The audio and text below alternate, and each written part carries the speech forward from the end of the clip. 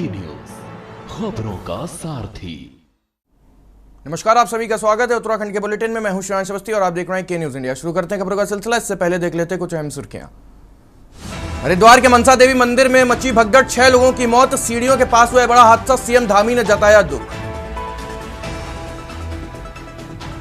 पंचायत चुनाव के दूसरे चरण का मतदान कल। चुनाव के लिए 4,433 पोलिंग पार्टियां होंगी रवाना। दूरस्थ क्षेत्रों में कल पोलिंग पार्टियां हुई थी रवाना। उत्तराखंड के सभी सरकारी स्कूलों का होगा सुरक्षा ऑडिट। राजस्थान हादसे के बाद सीएम धामी हुए सख्त, जर्जर भवनों में नहीं बैठेंगे बच्चे, सभी स्कूल भवनों की समय पर होगी जांच। उत्तराखंड के अस्पतालों में शव वाहन न होने पर मानवता पर सवाल। स्वास्थ्य विभाग के पास सिर्फ 10 शव वाहन, जिला व उप जिला अस्पताल की हालत चिंताजनक। देहरादून जिला अस्पताल में खुलेगा पुनर्वास केंद्र। दिव्यांगजनों के एक ही स्थान पर मिलेगा सभी सुविधाएं, फिजियोथेरेपी और काउंसलिंग में भी होगी उपलब्ध। हरिद्वार जिला सहकारी बैंक में प्रशासनिक कार्रवाई, लापरवाही पर 2 शाखा प्रबंधक निलंबित, 8 शाखा प्रबंधकों का रोका गया वेतन। 15 अगस्त तक कंप्यूटरीकरण और सौंदर्यीकरण के दिए निर्देश। आप देख रहे हैं के न्यूज़ खबरों का सारथी। खबर देहरादून से है, जहां उत्तराखंड सरकार ने आपदा प्रबंधन को अधिक सशक्त बनाने के लिए स्वयं सहायता समूहों से जुड़ी महिलाओं को आपदा से निपटने के लिए गुर सिखाएंगी।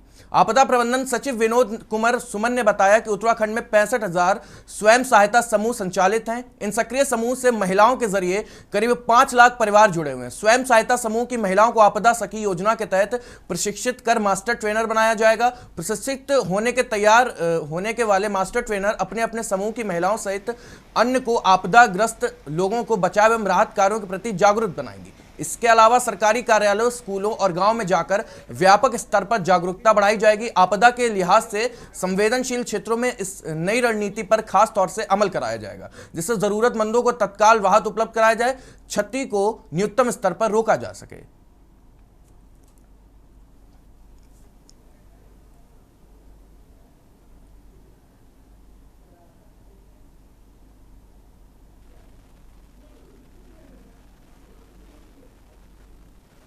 आपदा सखी योजना इस तरह से है कि हमारे पास प्रदेश में करीब 65,000 के आसपास स्वयं सहायता समूह हैं, जिसमें से लगभग 5 लाख मेंबर्स या परिवार जुड़े हुए हैं। तो हम लोगों ने एक ये सोचा कि अगर हम इनको ट्रेनिंग दे दें तो इसके माध्यम से हम 5 लाख परिवार तक पहुंचाएंगे सीधे सीधे, और जिस परिवार में जानकारी बखूबी होगी वो आपदा से अपना बचाव कर सकेगा। तो इस कॉन्सेप्ट को ध्यान में रखते हुए हम 65,000 लोगों में से कुछ लोगों को मास्टर ट्रेनर बनाएंगे, और उनके माध्यम से हम जो आपदा के जो ग्रुप के लोग हैं, जो स्वयं सहायता समूह के लोग हैं, उनको हम ट्रेन करेंगे, और उनके माध्यम से फिर समूह के सभी लोगों को ट्रेन करेंगे। फिर वो बाकी अपने परिवार में और बाकी जगह ट्रेनिंग करेंगे। इसके साथ साथ आपदा सखी जो विद्यालय हमारे हैं, हर एक विद्यालय में जाएंगे, वहाँ लोगों को ट्रेन करेंगे। जो सरकारी कार्यालय हैं वहाँ पर जाएंगे और विलेज लेवल पर जाके लोगों को ट्रेन करेंगे। खबर बचपुर से है, जहां असम में जारी अतिक्रमण विरोधी अभियान सियासी मुद्दा बनता जा रहा है। सपा नेता नदीम अख्तर ने अतिक्रमण विरोधी अभियान की एक तरफा कार्रवाई करार दिया है। कहा कि सुप्रीम कोर्ट की गाइडलाइन के बावजूद बुलडोजर चलवाकर एक विशेष समुदाय का ध्रुवीकरण कराया जा रहा है। इसके लिए जिम्मेदार संवैधानिक संस्थाओं के मामले का संज्ञान लेकर कानून का सम्मान बरकरार बनाए रखना चाहिए।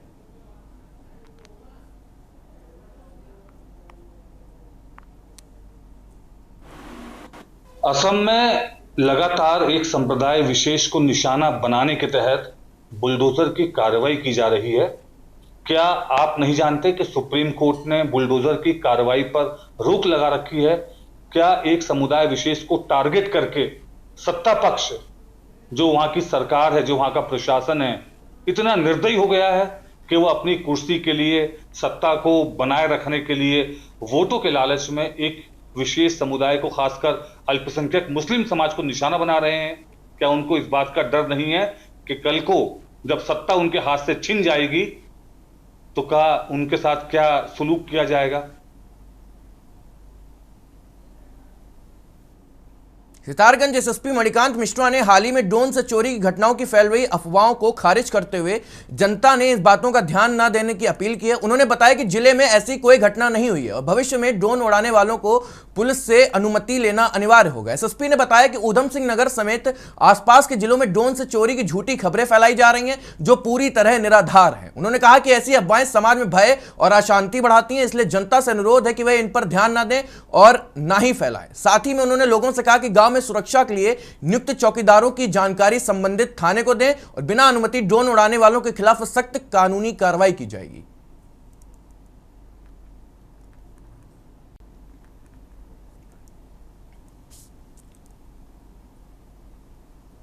पिछले कुछ दिनों से ऊधम सिंह नगर और आसपास के जनपदों में रात के समय ड्रोन के जरिए चोरी और लूट की घटना होने की अफवाहें फैल रही हैं। ऊधम सिंह नगर जनपद में ड्रोन से किसी भी प्रकार की चोरी या कोई अन्य घटना नहीं हुई है। ये निराधार और केवल अफवाह मात्र हैं। साथ ही जो व्यक्ति किसी भी उद्देश्य से ड्रोन का प्रयोग करना चाहता है वह कृपया संबंधित थाने से इसकी विधिवत अनुमति प्राप्त कर ले। बिना अनुमति के ड्रोन का प्रयोग करने पर ड्रोन को जब्त किया जाएगा और कानूनी कार्रवाई भी की जाएगी।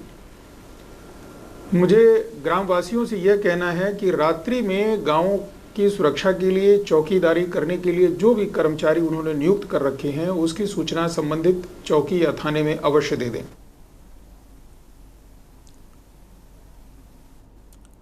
काशीपुर और जसपुर विकास खंडों में 28 जुलाई को त्रिसंत्रीय पंचायत चुनाव के दूसरे चरण का मतदान शांतिपूर्वक और निष्पक्ष रूप से कराने के लिए पुलिस प्रशासन ने तैयारियां पूरी कर ली हैं। एसपी काशीपुर अभय सिंह की अगुवाई में पुलिस ब्रीफिंग में अभी थानों के अधिकारियों और जवानों को कानून व्यवस्था बनाने के निर्देश दिए गए हैं। एसपी ने साफ कहा है कि मतदान के दिन अराजक तत्वों पर सख्त कार्रवाई होगी और कोई उपद्रव बर्दाश्त नहीं किया जाएगा। उन्होंने मतदाताओं के निर्भीक होकर मतदान करने की भी अपील करते हुए कहा है कि सुरक्षा की पूरी व्यवस्था होने का भरोसा भी दिया। चुनाव में गड़बड़ी करने वालों पर भी कड़ी सजा मिलेगी। समझ रहे हो? और हमारे लिए क्या होगा, इस टाइप की चीजें लेके घूम रहे हैं। अब मैं आपको बताऊं, अगर आपने इस देखिए पंचायत चुनाव का जो द्वितीय चरण है जो कि 28 जुलाई को आयोजित होने वाला है, जिसमें के संबंध में आज फोर्स की शांतिपूर्ण और निष्पक्ष चुनाव कराने के लिए ब्रीफिंग की गई थी, जिससे भयमुक्त होकर के और लोग अपने मताधिकार का प्रयोग करें। साथ ही जो अराजकता फैलाने वाले एलिमेंट हैं या जो गड़बड़ी फैलाने की कोशिश करते हैं उनको किस तरीके से नियंत्रित करना है, किस तरीके से कानून के अंदर उनको लाना है, उसी के लिए आज ब्रीफिंग थी।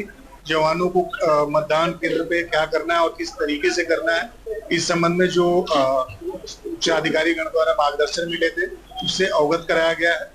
प्रथम चरण का जो चुनाव 24 जुलाई को था वो शांत पहले पड़ चुका है। उम्मीद करते हैं कि 28 जुलाई वाला चुनाव भी हमारा सफल। देहरादून की एक युवती को छांगुर बाबा के धर्मांतरण गिरोह से मुक्त कराया गया। धर्मांतरण के बाद उसका नाम मरियम रखा गया था और निकाह की तैयारी भी चल रही थी। युवती का मोबाइल तोड़ने और देहरादून से भगाने की योजना थी, लेकिन उससे ऐसा करने से इनकार कर दिया। पीड़िता मरियम ने लोगों से अपील की है कि वह इस तरह के उसमें ना आए और खासकर अपनी नाबालिग बेटियों पर विशेष ध्यान दें। उन्होंने सोशल नेटवर्किंग साइट से उपयोग में भी सावधानी बरतने की सलाह दी ताकि धर्मांतरण से के इस घोरक धंधे से बचा जा सके।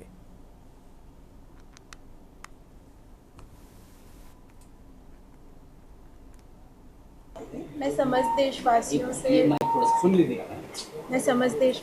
से ये रिक्वेस्ट करती हूँ कि अपने बच्चों को धर्म से रिलेटेड नॉलेज दें, उनसे जुड़े रहिए, उनकी सारी जितनी भी अच्छी बुरी मतलब आदतें उन पे नज़र रखिए, कोई किसी गलत ट्रैप में ना फंसे और माँ बाप अपने बच्चों के साथ जितना क्लोज कनेक्शन बना के रखे इन अ गुड वे उतना ज़्यादा अच्छा है और अपने बच्चियों को बचाएं गलत चीज़ों से।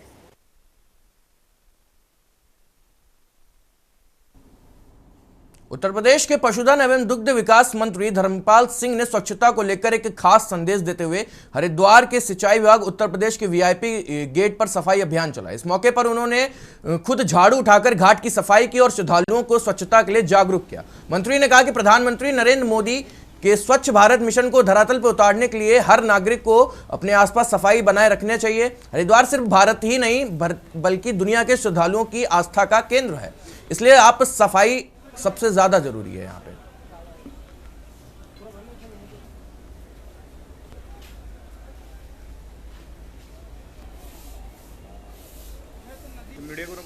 जहाँ जल है वहाँ शिव है, और जहाँ शिव है वहाँ कल्याण है। आज हरिद्वार ये तीर्थ स्थल है, तीर्थ नगरी है। देश के ही नहीं दुनिया के लोग आते हैं, और जहाँ भीड़ इकट्ठी होती है तो कुछ ना कुछ गंदगी जैसी हो ही जाती है। तो आज योगी सरकार की ओर से इस BVIP घाट पर और अन्य स्थलों पर स्वच्छता हो। देश के प्रधानमंत्री माननीय नरेंद्र मोदी जी ने भी प्रधानमंत्री की पद शपथ लेते ही पद की और सफाई का एक अभियान चलाया।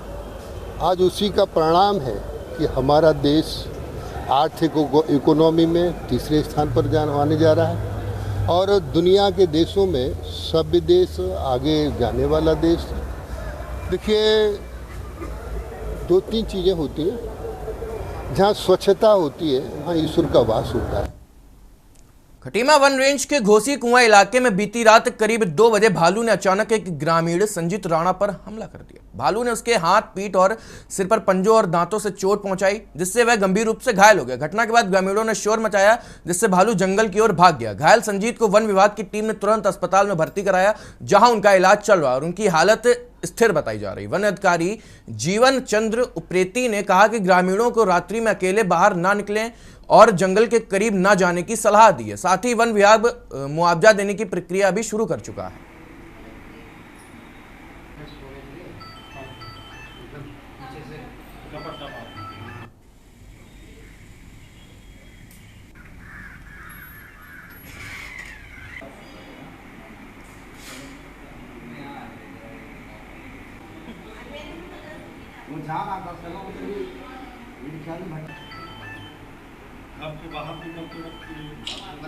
कल रात हमारे वहाँ घोसी कुआं एक जगह है, वन रक्षक चौकी, उसके अगल बगल एक कोई गरीब परिवार अपने वहाँ रहता था।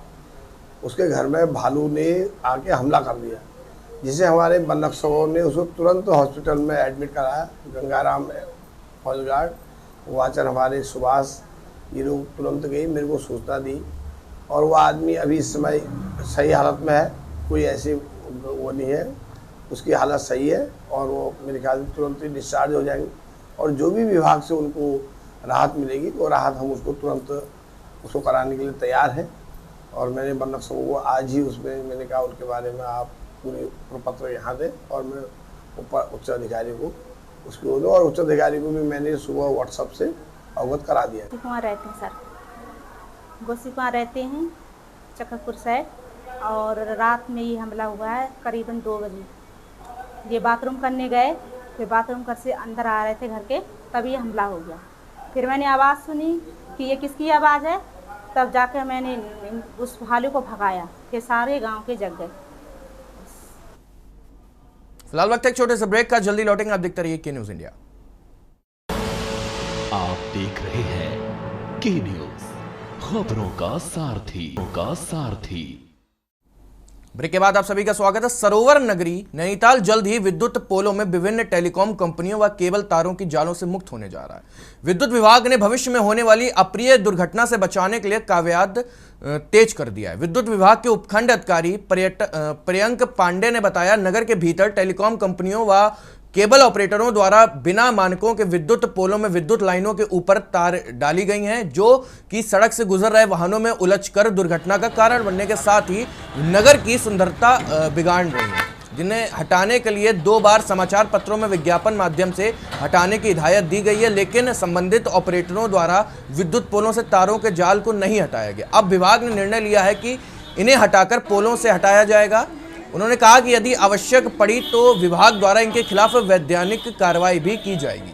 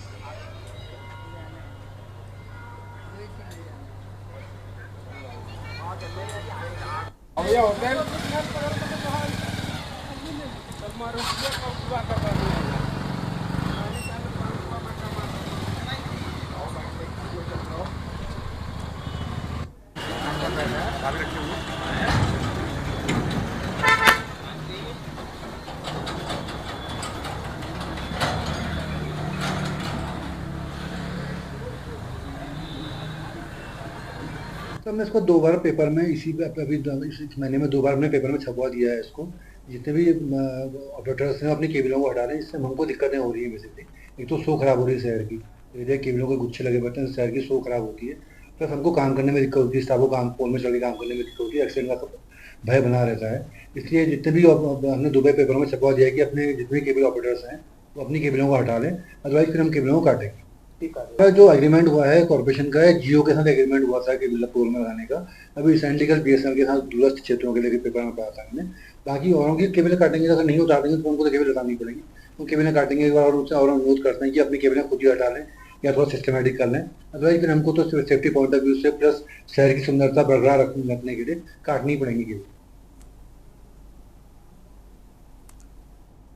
त्रिस्तरीय पंचायत चुनाव के द्वितीय चरण में विकासखंड पौड़ी, कोट, कलजी खाल, जयहीर खाल, द्वारी खाल, यमकेश्वर और दुगड्डा की कुल 540 ग्राम पंचायतों में चुनाव होने हैं, जिसके लिए 548 मतदेय स्थल बनाए गए हैं। ऐसे में परिवहन विभाग द्वारा भी मतदान दलों के आवागमन के लिए वाहनों की व्यवस्था को चकबंद रखा गया। जानकारी देते हुए ARTO मंगल सिंह ने बताया कि चुनाव ड्यूटी में तैनात वाहनों की परमिट, इंश्योरेंस, वाहन चालक का दल समेत अन्य कागजातों को भी चेक कर लिया गया है। बताया गया कि त्रिस्तरीय पंचायत चुनाव को लेकर पौड़ी, करजी खाल व कोट ब्लॉक में सबसे अधिक कलजी खाल में 88 वाहनों की तैनाती की गई। उन्होंने बताया कि मतदान में वाहन चालक भी अपनी भूमिका निभा सकें, इसको लेकर जिन ब्लॉकों का वाहन है उन ब्लॉकों में वाहन की तैनाती हो, इसका भी ख्याल रखा गया। बताया गया है कि इसके साथ ही अपने वाहन चालकों का रोड सेफ्टी नियमों का पालन करने के भी सख्त हिदायत भी दी गई है। वहीं रिटर्निंग अधिकारी पौड़ी रोहित दुबड़िया ने बताया कि पौड़ी ब्लॉक में कुल 25,160 वोटर हैं,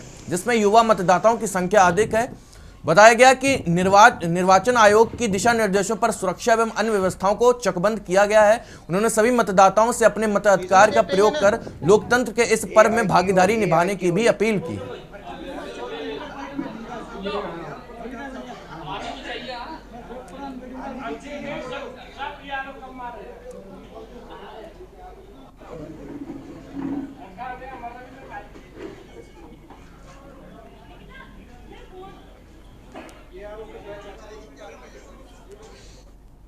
त्रिस्तरीय पंचायत चुनाव का मतदान कल होगा। डोईवाला ब्लॉक की 38 ग्राम पंचायत, 40 BDC और 5 जिला पंचायत सीटों सहित 200 ग्राम पंचायतों सदस्यों पर सीटों पर कल मतदान होगा। डोईवाला डिग्री कॉलेज से 65 वाहनों में कुल 273 पोलिंग पार्टियां मतदान के लिए रवाना हुई हैं। चुनाव संचालन के लिए 1911 कर्मियों की ड्यूटी भी लगाई गई है।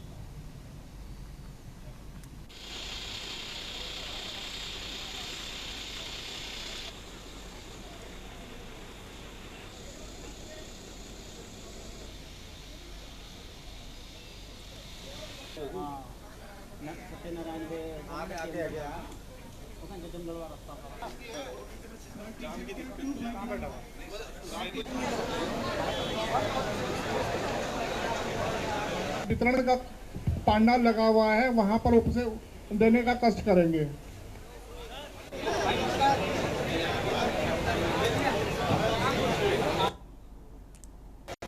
नैनीताल नगर पालिका द्वारा पालिका अध्यक्ष डॉक्टर सरस्वती खेकवाल ने नेतृत्व में नगर में वृहत सफाई अभियान चलाया। अभियान के तहत नगर की गलियों और नालियों की सफाई की गई। पालिका अध्यक्ष डॉक्टर सरस्वती खेतवाल ने कहा कि सफाई अभियान का मुख्य उद्देश्य लोगों को साफ सफाई के प्रति जागरूक करना है। लोगों की भागीदारी से ही शहर की गंदगी से मुक्त किया जा सकता है। उन्होंने कहा कि सफाई हमारे स्वास्थ्य का आधार स्तंभ है।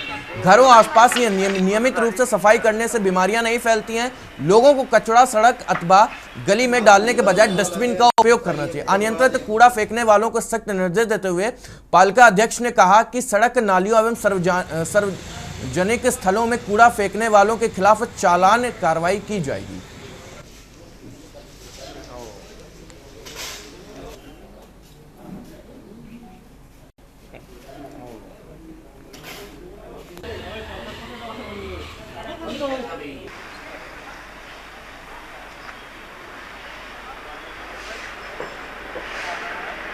अभी तो जो सफाई अभियान चल रहा है पूरे वार्ड नंबर 1 से, आज हम 14वें वार्ड में हैं, बाजार मल्लीताल बाजार वार्ड में।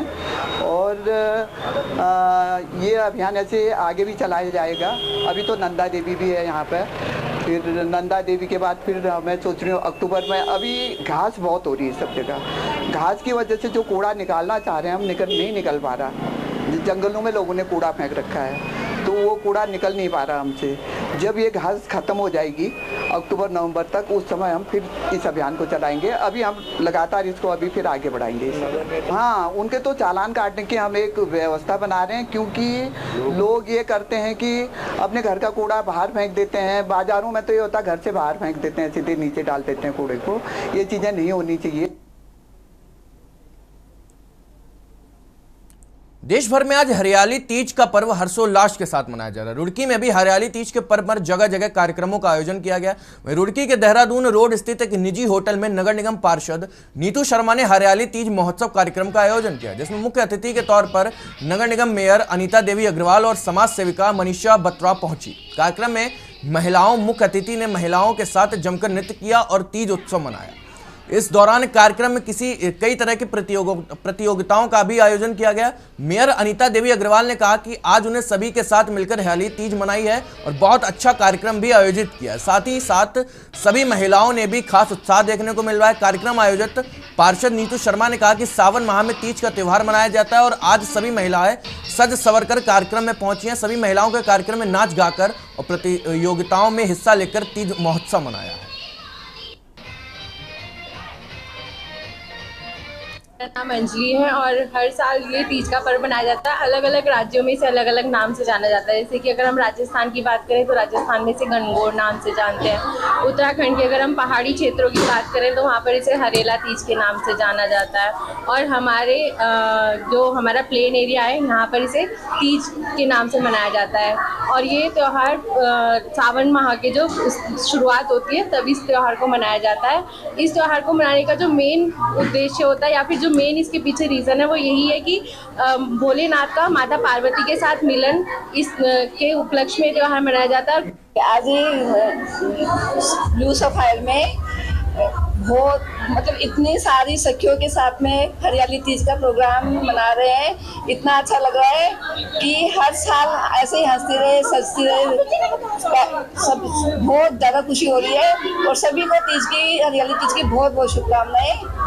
और मैं तो कहती हूँ आने वाला वर्ष ऐसे ही हंसते खेलते रहे, सभी सखियों के साथ में ऐसे मनाते रहे। आप सभी को पहले तो तीज की बहुत बहुत बधाई। और आज महिला शाखा द्वारा ये ब्लू सफायर होटल में आज तीज का प्रोग्राम मनाया गया है। इसमें कई तरह के हमने गेम्स भी रखे हैं और डांस वगैरह सबने किया, सबने खूब इंजॉय करा। और काफ़ी महिलाएं सज संवर के आई हैं, 16 श्रृंगार करके आई हैं। जैसा कि आप जानते ही हैं कि तीज का त्यौहार सावन के महीने में मनाया जाता है और शिव पार्वती के उस मिलन के उसमें मनाया जाता है। और इसलिए सबने यहाँ पे ग्रीन ही कलर पहने हैं, क्योंकि आपको पता है कि सावन में ग्रीन कलर ज़्यादा होता है। फिलहाल उत्तराखंड की खबरों में मेरे साथ इतना ही। आप देखते रहिए के न्यूज़ इंडिया। आप देख रहे हैं